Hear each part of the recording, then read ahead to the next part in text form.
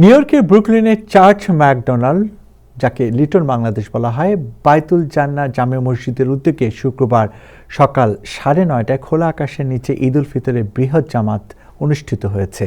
হাজার হাজার মুসল্লি এতে অংশগ্রহণ করেন। যদিও আবহাওয়া ছিল ঠান্ডা ও বাতাসপূর্ণ, ঈদের নামাজ ও মোনাজাত পরিচালনা করেন খতিব মাওলানা মাহমুদুল ইসলাম এবং বয়ান পেশ করেন পেশ ইমাম হাফেজ মাওলানা আশরাফুল্লাহ ও মাওলানা দিদারুল আলম।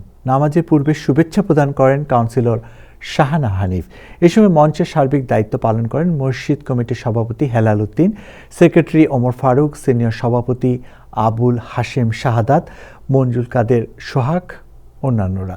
নামাজ শেষে দেশ ও জাতির কল্যাণ, মধ্যপ্রাচ্যের শান্তি এবং নির্যাতিত মুসলিমদের জন্য বিশেষ দোয়া করা হয়।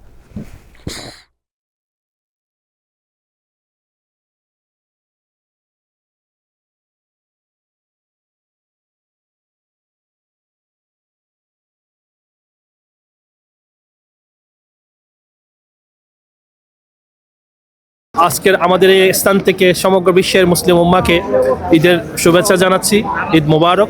এবং সাথে সাথে আমরা দোয়া করছি যে সমস্ত মানুষরা আমাদের মতো সুন্দর এবং নিরাপদভাবে ঈদ পালন করতে পারছেন না সারা বিশ্বময়, বিশেষ করে মুসলিম উম্মা, বিশেষ করে মধ্যপ্রাচ্যে, তাদের জন্য আল্লাহ সুবহানাহু ওয়া তাআলা তাদের সুদিন ফিরিয়ে আনেন।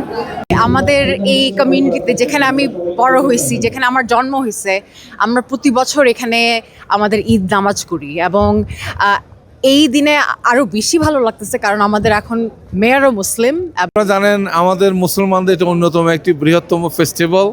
আজকে আমরা চার্চ এভিনিউতে পুরো ব্রুকলিনবাসী মিলে সবচেয়ে বড় নামাজ আদায় করলাম। আলহামদুলিল্লাহ, আমাদের এখানে প্রায় 7 থেকে 8 হাজার মানুষের মিলন মেলা এই জামাত আমরা সুন্দরভাবে করতে পেরেছি।